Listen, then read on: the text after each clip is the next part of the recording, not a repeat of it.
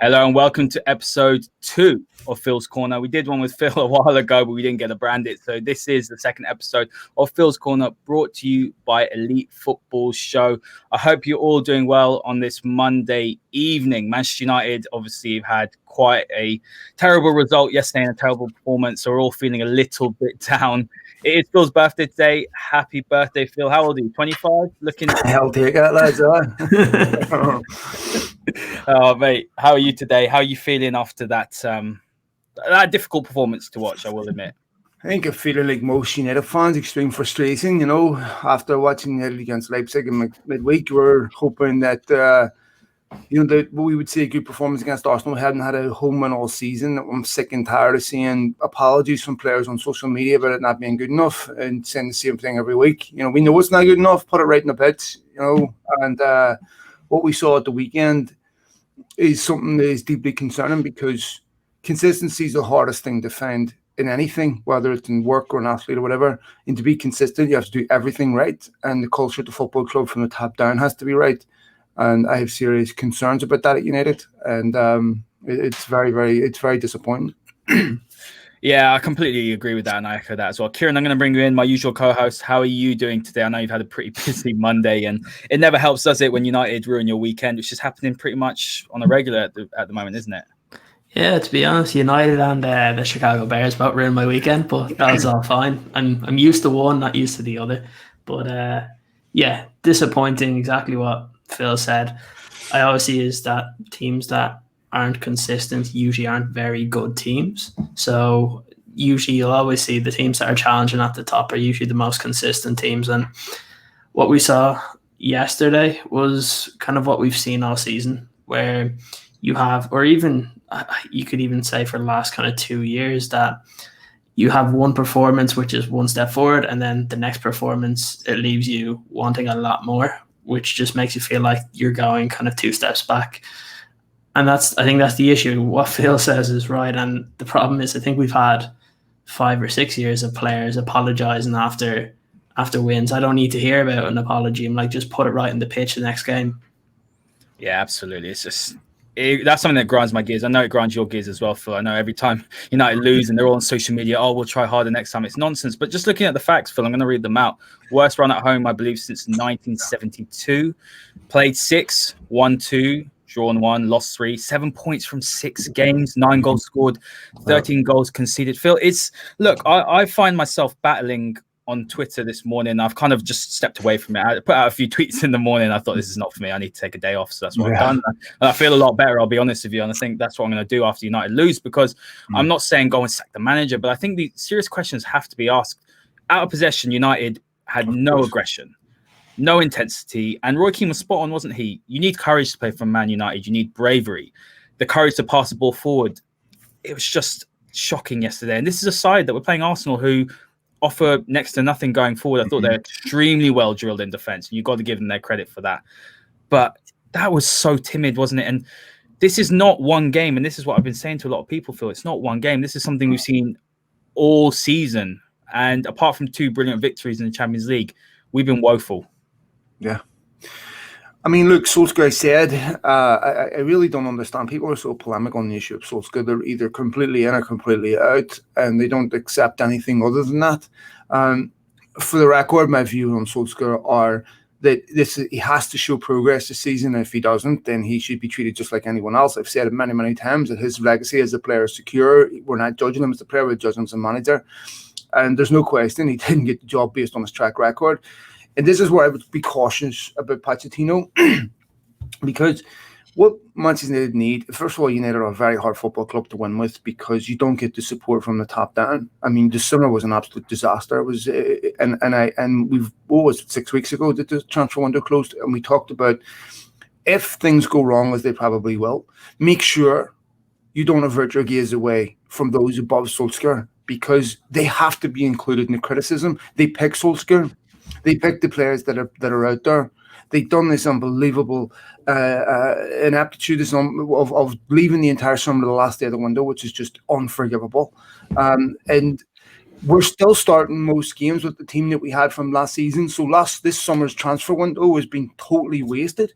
So it's imperative that the criticism is also directed at those above them, because they're going to pick the next manager and they're going to do the same thing. And if someone like Mourinho, who's a serial winner, can't go inside an Old Trafford dressing room and get those players to give everything, then why is Pochettino going to do it? Pochettino's never won anything. So Pochettino's going to go into a dressing room with players who consistently undermine their manager. The first time Pochettino starts losing, what will come up is the fact that he hasn't won anything. And what will also come up is the fact that nobody else has moved for him. There's been other big jobs available. Why didn't he get the Barcelona job? I know he was at Espanyol. Why wasn't he even in the running for these jobs? Right? So why does Pochettino convince players who's never won anything that he's the guy to move United forward? I know he's trendy. I know he's a good coach and all that there. And he's probably better than Solskjaer, but that's not the reason why you hire him. Right? So for me, I think the plus side of Pochettino is that these players would suit a Pochettino team and he would probably improve them. But it's very, very difficult to win at a football club that rewards mediocrity, that gives players contracts that should have been booted out years ago, that when you don't control, if your boss can't sack you, for example, you don't respect them. People respect authority. People respect in any occupation.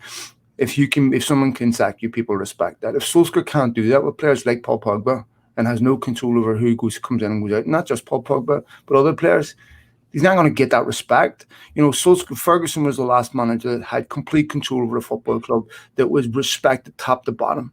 And United got lucky with Ferguson, let's be honest, right? But once he went, that authority went with him. And so players are getting contracts because United don't want to replace them for all the wrong reasons. And that's why you get this attitude in the dressing room that, I mean, when was the last time when United went behind, you saw an onslaught, what you used to see before of teams of United just going on the front foot, attacking, trying to win a game. We don't see it anymore. Players aren't desperate to win the game. And we see this anytime they go behind, it's a timid response. So that's not a surprise. And I think that starts from the top down. Ciaran, is it Phil's spot on. But is it a player problem? Because you saw Roy Keane blaming the players, and I had a bit of an you can't just put it all on the players. The players are a problem to an extent, but you've got to send the players out and have the tools to win the game. And I'm not sure that we're seeing that this season enough. Yeah, but I think the problem is it's kind of what Phil said. It's a club-wide problem.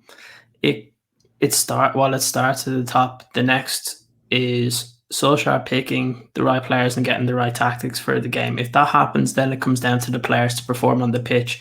The problem is when one of those things doesn't work, then you tend to see all three phases kind of fall down.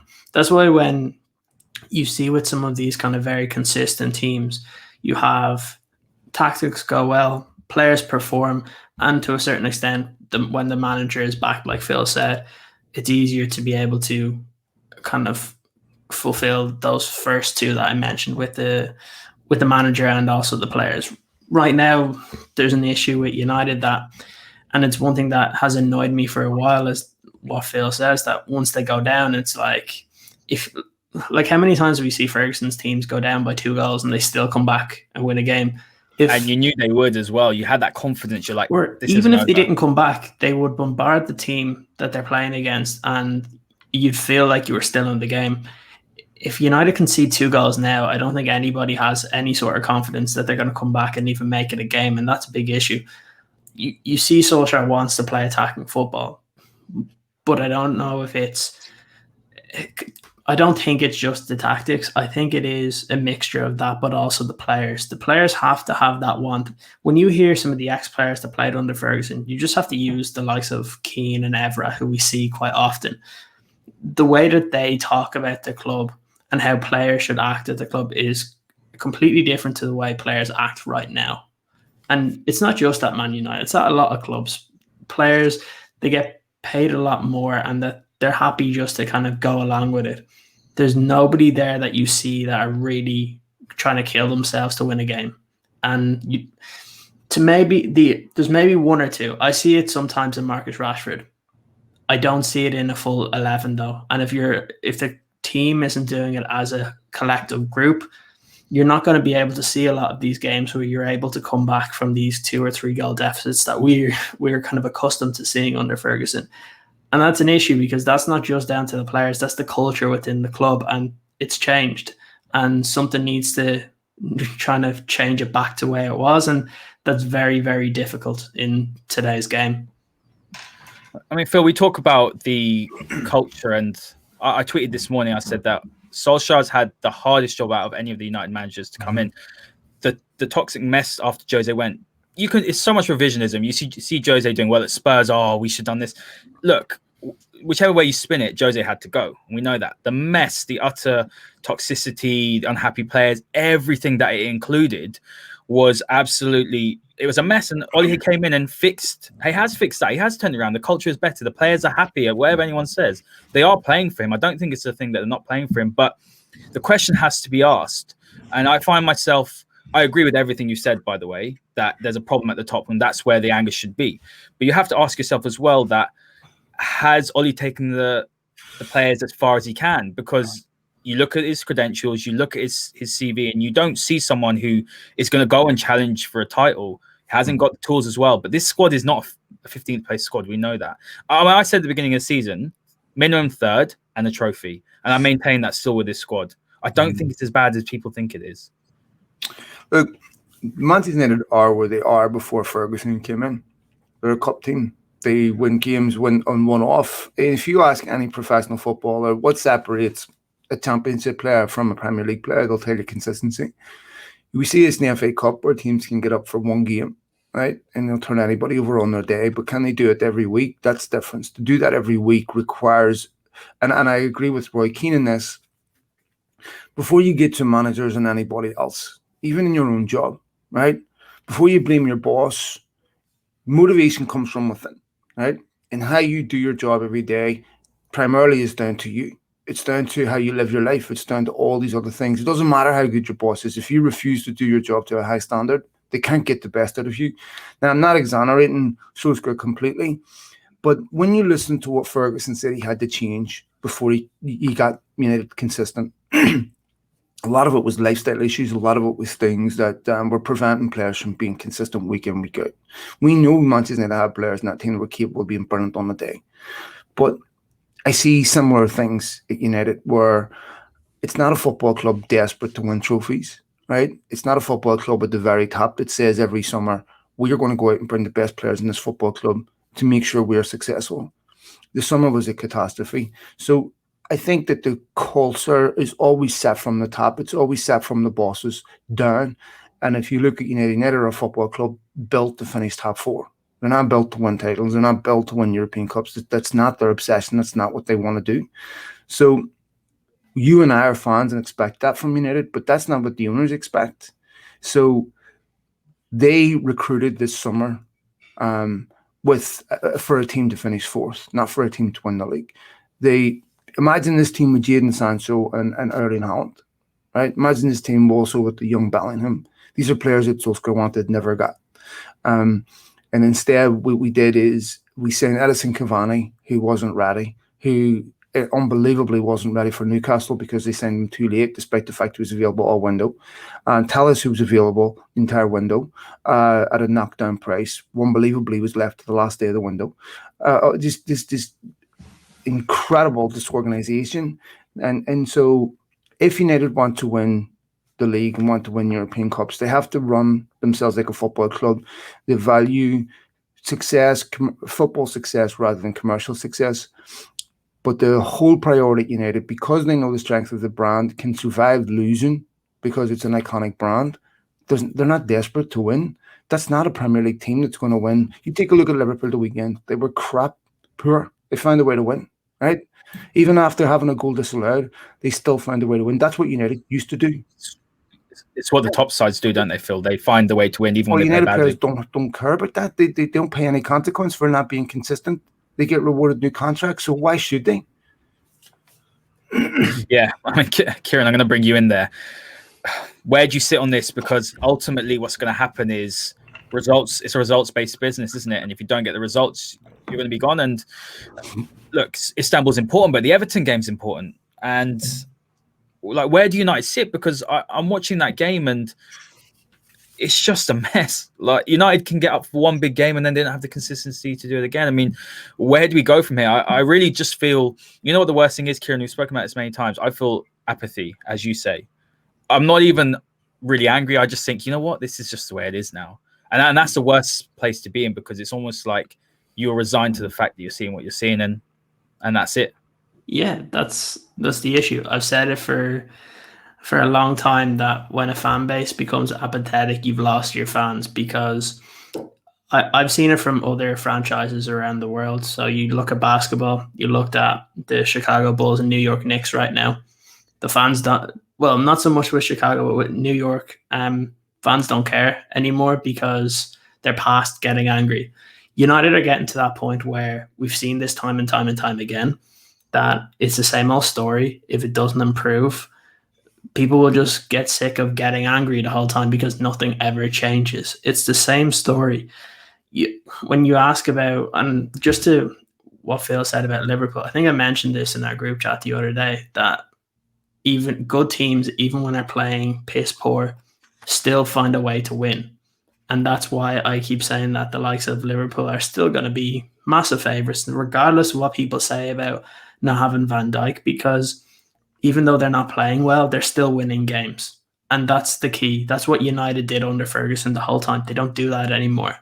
And the problem is when you ask with Istanbul and Everton, it's hard to know. I would prefer to see players that I actually know give their all for the team.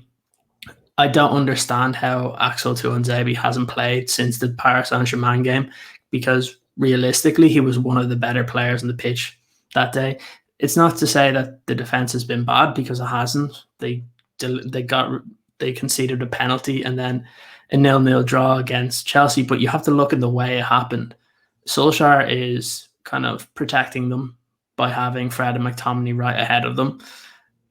When a manager has to do that, it shows that they don't really have trust in the defense. Now, the problem is, how do you get trust? Well, yeah, you have to let them build it. But the problem is, if you're not going to trust a back four to be able to keep a clean sheet against an Arsenal team that coming into that game, we're not creating many chances, what can you say? When you see the likes of when players don't play and still get awarded contracts, like we've seen it with Phil Jones, Jesse Lingard, Marcus Rojo, all of them. And now the club can't get rid of them because they're on too high wages. Like, there was no reason for the club to be keeping Sergio Romero this summer. Why is he still at the club? Club acted really poorly there. Really poorly. I don't get it. Like, he not only was he not going to get selected because Dean Henderson's back, he didn't show up to Carrington until last week. So what was the point in not letting him go? Because you're just getting another unhappy player into the side. It's the same thing when I kind of go back to the whole point of when Solskjaer came in. United had, I think it was 13 players that were running out of contract. One of those was Ander Herrera, who Solskjaer wanted to keep. And it just seemed like they signed the likes of Phil Jones onto these deals because they wanted to tick a box to make sure they didn't have 13 players leaving the club, because they knew they weren't going to get even close to the amount of players to kind of replace them. So they did deals for the easiest players to bring in, not the best quality players that were coming out of contract. And it's one thing that annoys me the most as a fan, because you're rewarding mediocrity. And United have done that for the past 7 years. And until they change the way they actually want to do things at the club, and this comes from higher up, it's never going to change. It doesn't matter who the manager is. We've mentioned it before that a lot of kind of the younger generation constantly want a manager in and out. It doesn't matter if we brought in Pochettino, if we brought in Pep Guardiola, Jurgen Klopp. 3 years down the line, if they didn't win every single trophy, fans would want them out again. Because, like we've said, I think the younger fans are a lot more fickle than kind of older fans are, where we're more used to kind of sticking with a manager, especially when you've had Ferguson for so long. Look, Solskjaer has faults, but so does every manager. The issue is we don't have a good enough team to challenge for titles, and the ownership and kind of the Ed Woodwards of the world for Manchester United don't back their managers the way that they want to be backed. And until you do that, you're not going to get the success you want. Yeah, I mean, I spot on. Phil, where I sort of, I guess, drill down my analysis and what I focus on is I just want to see what's on the pitch, right? I know the issues off the pitch, but when you're looking at what's on the pitch, you've got to see the team improving. You've got to see the players playing well. You've got to see some structure. Those that say Ollie has no tactics, they're idiots. They don't watch football. They don't understand. He does. I think one of his biggest strengths is that he actually is versatile. He can change it in 3 games, 3 at the back. We played sort of that 4-4-2 diamond, 4-3-3 out of possession, and we've played. Obviously, we can play 4-2-3-1. But looking at the selection in Arsenal, and that's where I want to drill into it. I've got this feeling that after United lost to Spurs, it was kind of similar to when Van Gaal lost to Leicester in that terrible fashion, 5 goals it was. He's completely just shut up shop now. He just doesn't want to get smashed. And that's reflecting in the way we play. We have players to hurt on the break, but I feel like we've gone very, very negative. Chelsea were there for the taking. I don't get what anyone says. We could have taken them. And we probably could have on another day if we were better. We created chances. Leipzig was fantastic, but I do think that some people did get a bit too excited because it was 1-0 after 75 minutes and they just capitulated. Don't get me wrong, fantastic. United's game plan was brilliant and Rashford was fantastic. But looking at the Arsenal game, Fred and McTominay in that midfield at that base, you can't transition from defense to attack. And that needs to be sorted out. And that is on Ollie, isn't it? It's that selection of not being able to get the ball from defense to attack quickly. It's not been a new issue. This has been an issue from last season. Transitions from defence to midfield. Everybody knows. You go back and watch United last season. Look at how many times we were pressed, coming out of defence, turned the ball over. You saw it against even Southampton when Paul Pogba was playing deep. Conceded the ball that came behind, and after a few minutes, I saw it many, many times. Because so you need to have a problem because if Pogba is not good playing deep, right? And that's really the only place they can fit him in because we still hadn't got the answer to the question, can Pogba and Fernandes play in the same midfield? And the answer is no. Right? They've played twice in the same midfield at home and they lost 6-1 against Spurs. And they just lost at the weekend against a poor Arsenal team that hadn't beaten any of the top 6. And lost 3 out of the last 4, I believe, against the top 6. So the midfield is unbalanced, right? And they have a problem because if they play Matic in there, Matic is technically not good enough either to build attacks. He's better at defending as an old-fashioned defensive midfielder. And I think this is partly why they looked Thiago over the summer and thought that would be a good link player. They have a problem with Paul Pogba. I mean, the guy's got a year and a half left on his contract, basically. And even if they wanted to sell him in January, who would buy him? I mean, this is a terrible indictment on Paul Pogba himself. I don't care what anyone says. £90 million footballer that has actually gone backwards. And I don't care if he was fiercest defender. His performance at the weekend was atrocious. Worst I've ever seen him play. It was really bad. But it was the same against Spurs too. You would surely, and Roy Keane was right, this Spurs result was only a few weeks ago. I'm talking to Benny Mullenstein about when United lost to City 6-1 and what happened inside the club after that and what they did to make sure it was a one-off. That character doesn't exist inside United. I mean, you go through that first team. How many of those players have even won a league title? What it takes to be successful, first of all, you need to have a culture inside the football club that outs people who are bluffers. Right, that means that you will be ostracized from the group and singled out if you don't give everything. But if the culture of the group is, you know what, when things are not going well, we're going to point the finger at everybody else and nobody else cares, then that's what you'll get. So this is what Liverpool had to deal with for years after they weren't successful. It's really, really hard to get that right. You have to be run properly as a football club. And you can't prioritize commercial success. Paul Pogba is at Manchester United not because he's an exceptional footballer, but because he's worth so much to United commercially. And so he's 6 after losing to Spurs. This is a guy that consistently let Solskjaer down. Solskjaer's had to defend him. He was atrocious against Spurs. He goes out and talks about playing for Real Madrid. He don't play for Real Salt Lake, right? I mean, what on earth are you talking about, son? Right? Yeah. When was the last time you saw Paul Pogba dominate a game of football?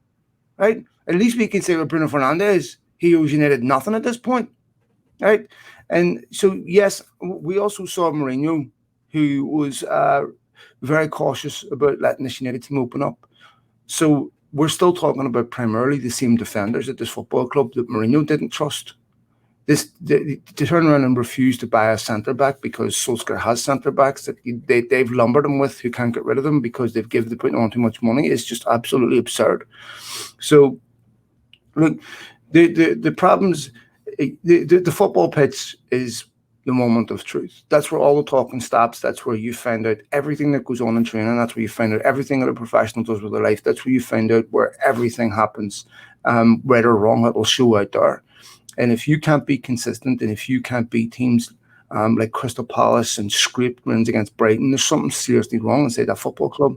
And I accept Solskjaer can get sacked, but if the board and the people, if United fans don't also hold the people above Solskjaer accountable, we'll be back here 18 months from now.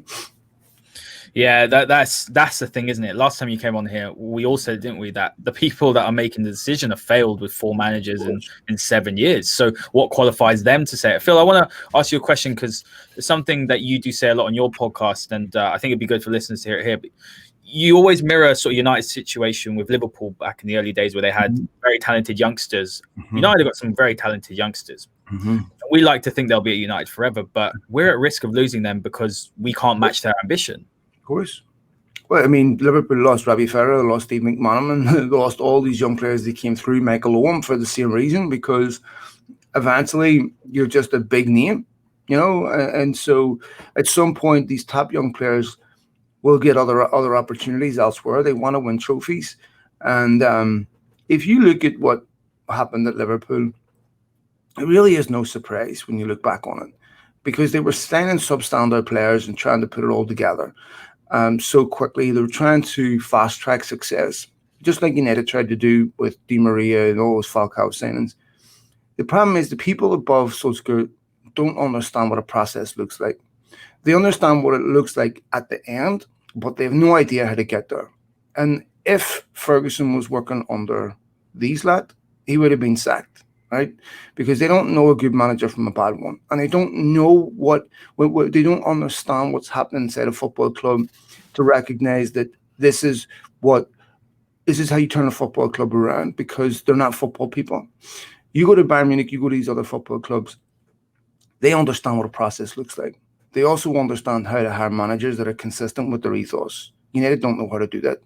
So let's even say Solskjaer is on the right track, right? Because not all of us were convinced that Ferguson was. I remember it well. The board above him won't know what that looks like, because they've no idea what a successful football club even looks like and how you get there.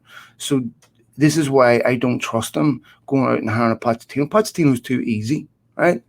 You know, I don't forget, these are the same people that were calling for Julian Nagelsmann a week ago when Solskjaer just handed a 5-0 defeat to. I think that this requires more than just picking a manager. This requires a commitment from United to actually want to win league titles. And if they did really want to win league titles, they would have prepared differently for this summer. They would have made sure that their priority signings, I mean, how long have they been chasing Jadon Sancho for? The thing's an absolute embarrassment, right?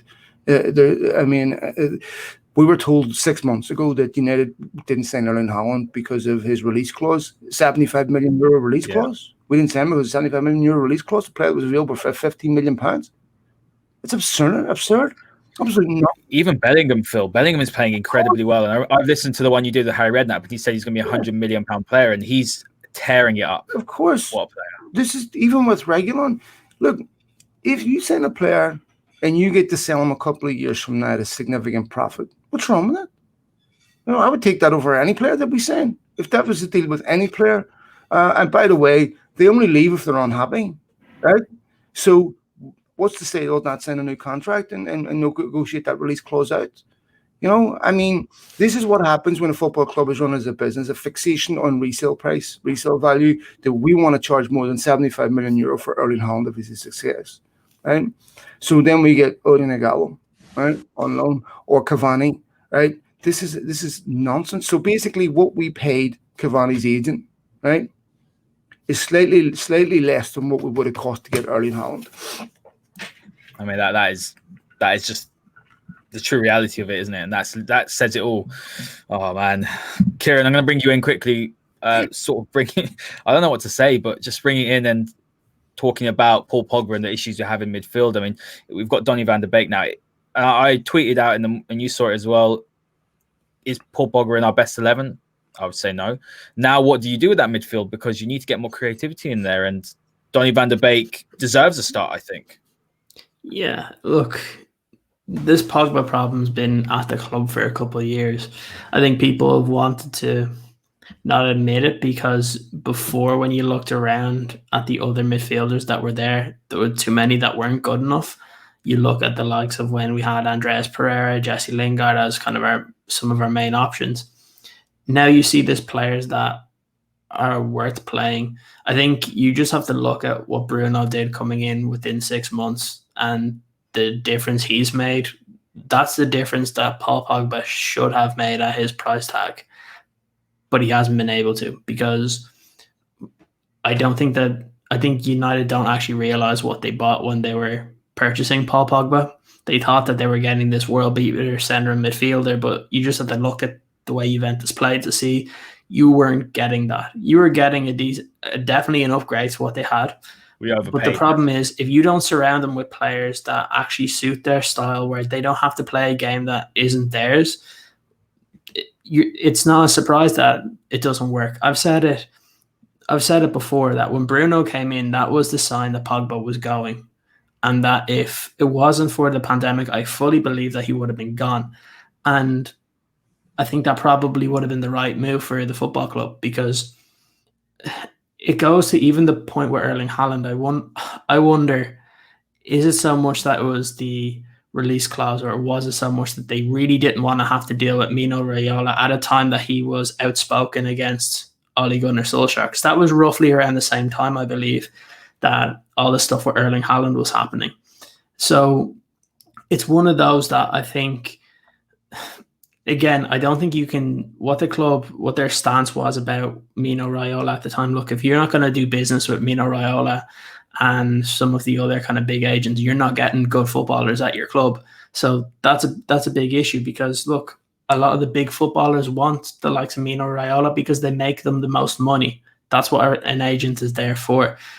The problem is, I don't think Pogba is good enough to be starting in these big games. Look, it's not to say he's not a talented footballer, because look, he's a World Cup winner. He's a talented player, but he doesn't suit, for me, I don't think he suits the Premier League, because he doesn't like when you get in his face. He tries to do all these flashy touches and cares more about how he looks on the pitch rather than what the output is like. You see Bruno, and while not everything comes off, at least you see him trying. It's the same thing you could say for Fred and McTominay. For them, though, I just don't think that they're at the level to be able to win a league. But I don't think you can fault them on kind of their passion for trying to win a game. Pogba, on the other hand, I don't see it with. I just don't see him trying to his absolute maximum where he's kicking himself to try and get that ball. Like the tackle he made against Arsenal, that's not the first time I've seen Paul Pogba make that move. Even I go back to, I can't remember what game it was, that the stupid handball that he gave for a penalty as well. Yeah, Liverpool. Like this isn't a once off, and it's the thing I don't like. And I know Paul Pogba divides people, and I've been pretty even on this.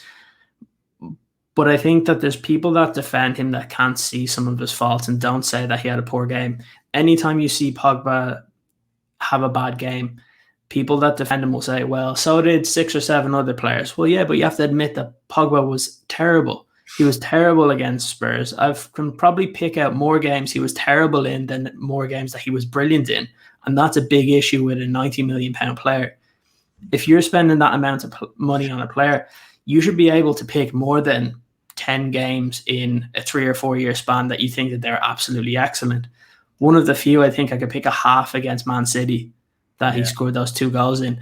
But when you actually have to think of it at the top of your head, can you think of a big game that Paul Pogba dominated? I don't think you can, and that's a big issue. I can probably think of 3 or 4 that Bruno did in 6 months. that's the biggest issue. I like Pogba as a player, but I do not think he suits the football club. The problem now is United are in a big problem with him only having a year and a half in his contract. Even if they re-sign him, which they probably will, because again, they re-sign players that really don't deserve it, but they're going to do it to try and kind of protect an asset that they have. And the problem is that Pogba doesn't really want to be at the club, but there's no other solution there. He wants to be somewhere else. And the problem is he wants to go to the likes of Real Madrid. Why in the hell would Real Madrid want to sign Paul Pogba? Because he hasn't played like a player that they should be signing. And that's the biggest issue for me in the midfield. Like you said, I think they should be experimenting and having the likes of Van de Beek and Fernandes playing together, see if that's a better pairing. Personally, I think it is. I said that those two should have played against Spurs and not Pogba. But look, if they're going to keep picking players when they continue to play poorly, you're not going to get any better results. And that's a big issue at the club right now. Yeah, Phil, you got anything to add to that on Paul Pogba? Well, look, I think it is important to also acknowledge he's not alone. But here, Solskjaer's at a point now where he owes these players nothing, right? He owes none of them loyalty because they've let him down again. So if Solskjaer goes out and forget about Istanbul, the next league game against Everton, and picks more or less the same team, then Solskjaer deserves the criticism that comes his way because none of them have earned the right to start. Van de Beek, I've been impressed with Van de Beek every time he's played. He even when he come on at the weekend, his deflected shot hit the post. He came the closest to looking like United would score. I think he had the most touches in the box, and he was only on 15 minutes. So I think that United have to make changes against Everton as a result. Again, this is what we talk about, the consequences of not being consistent.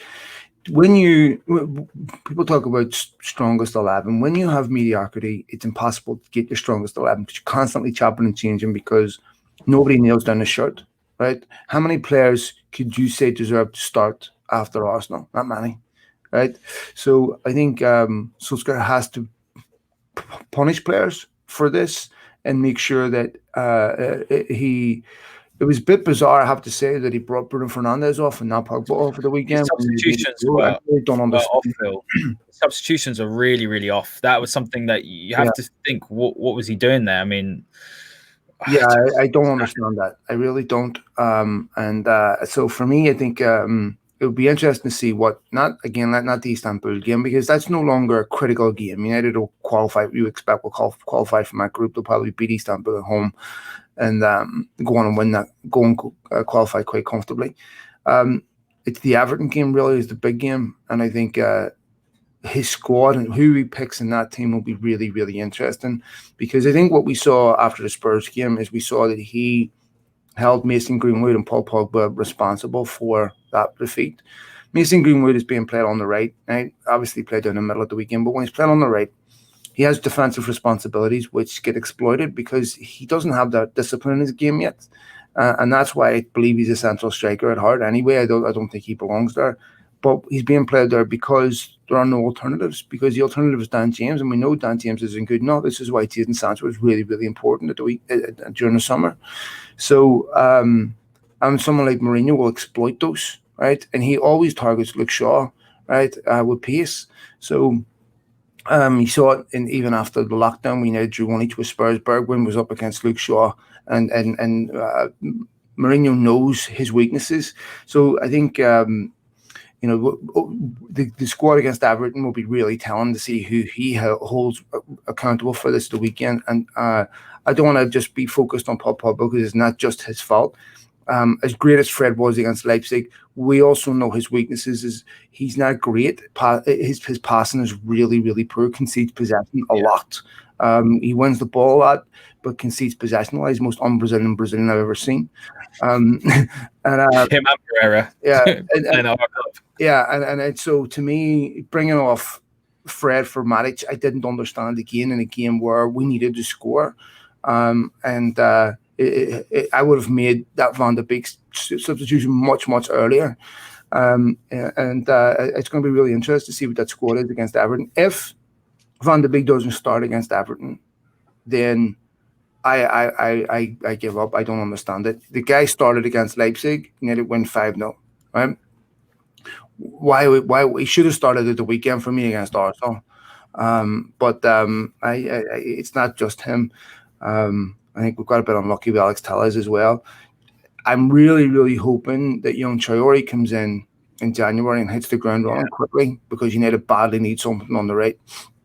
Yeah, you say about Van der Beek. I have had doubts, and I've said it. I'm giving it a few more games, but he hasn't played, and you got to question whether he's a Solskjaer signing. I think it's fair to have that assumption, and people say, no, he'll play games, but if he can't play the Arsenal game after playing really, really well, and he came off as well, so you'd assumed, okay, he played 60-odd minutes, Bruno came on, then he's going to play. But I mean, I'm speaking to a Dutch journalist tomorrow, and I want to sort of get the lowdown on what they think in Holland, but you've got to have a concern then that was he an Ollie signing? Surely, I mean, people that deny that, they're just putting their heads in the sand. Well, I mean, it's understandable if United are winning games where you can say, okay, it's hard to get him in at the minute, but you haven't won a home game all season and you can't get in that team. Why? It's not like the players that are playing ahead of him are lighting it up. It's not like you can justify them starting games. So it's misplaced loyalty for players. Roy Keane said these players will get Ollie the sack. And I agree with him, but again, it's not just because I think this is a problem at the football club, that when they're bringing in players, they're not bringing them into a dressing room that's absolutely desperate to win. And in any working environment that you go to work in, you will adjust and work in that the same as everybody else. You know, if you go and work in an office environment and the environment is not professional, you will adjust. You will be just like everybody else. And that's partly what's happened at United. Yeah, absolutely. Phil, last one, and then I'll pass on to Ciaran as well for his last word. Is Ollie under pressure? Like, is his job under threat? You speak to people at the club. Are they looking at the looming shadow of Pochettino? It's no coincidence for me that he's going to be plastered all over Monday Night Football right now. In fact, talking obviously dissecting United's defeat. How would he play Pogba? How would he play? You know how it was when Mourinho did that with Spurs before he took the job. I mean, look, is there a chance that he could lose his job if he loses to Everton? And we've got another international break coming up. I don't think they'll do it that soon. But certainly there's a chance he could lose his job in the near future. I mean, regardless of all the problems above Solskjaer, this is not good enough. What United are is just not good enough. You can't be 16th Manchester United manager. You just can't. There's still enough there where Solskjaer should be doing better with the squad that he has. I said the same about Mourinho. I defended him that not everything was right above his head, but he still had enough. And once Mourinho sort of gave up on United, which he did after Sevilla, then it should have been over at that point. But yeah, of course, if you can't. This is United's worst start. Since '72, I think, at home. And the problems were there towards the end of last season. This is not new, and so absolutely. And if he doesn't, if he does start winning home games soon, he will be sacked. There's no question. Yeah, I think so. Ciaran, what's your thoughts on that final word? Yeah, absolutely. Look, it's a results-based business. If you don't get the results that are required, especially at a club at the size of United, look, you're going to get sacked. It happens, but the problem isn't so much just the result as the performances. They just haven't been good enough. If United lost to Chelsea and Arsenal, but they played well, and you're like, okay, I can see what's happening here. I don't think people will be as outraged. It happens. You can lose a big game. It's kind of the way they've lost. They lost against Arsenal and the way they drew against Chelsea. It doesn't really inspire you with any hope. And one of the comments that I didn't like to see was, I was reading about when Solskjaer said they got their third win or their third home win 10 games into the season last year. Why are you comparing it to that? Like, the objective is that when you get in your third home or win, that should be in your third home game or your third game.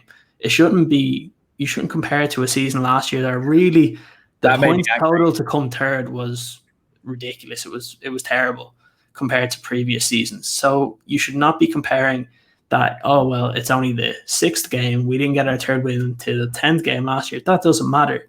There was games there that you should have won. And based on how the players played, and I don't know if it's just the way they played in the pitch, how they've been prepared for the particular games, it needs to get better. And if it doesn't, like Phil said, you will get sacked, because that's the nature of the game these days. If you don't perform, it's always the first person that the blame goes to is the manager. Yeah, that's a great way to end it. Phil, thank you very much, mate. Enjoy your birthday. Yeah, thanks, mate. Thanks, We'll get Kieran. you on soon again. See ya. Bye-bye. Cheers, mate. Take care. Bye. And Kieran, thank you very much as always. Phil's got to rush off. Yeah. Thanks for joining me, and hopefully we will be sitting here on Wednesday evening for the live show, talking about United with a really, really positive spin on it, I suppose. Yeah, hopefully we'll be able to talk next week as well with actually a win in the Premier League as well. That'll be nice.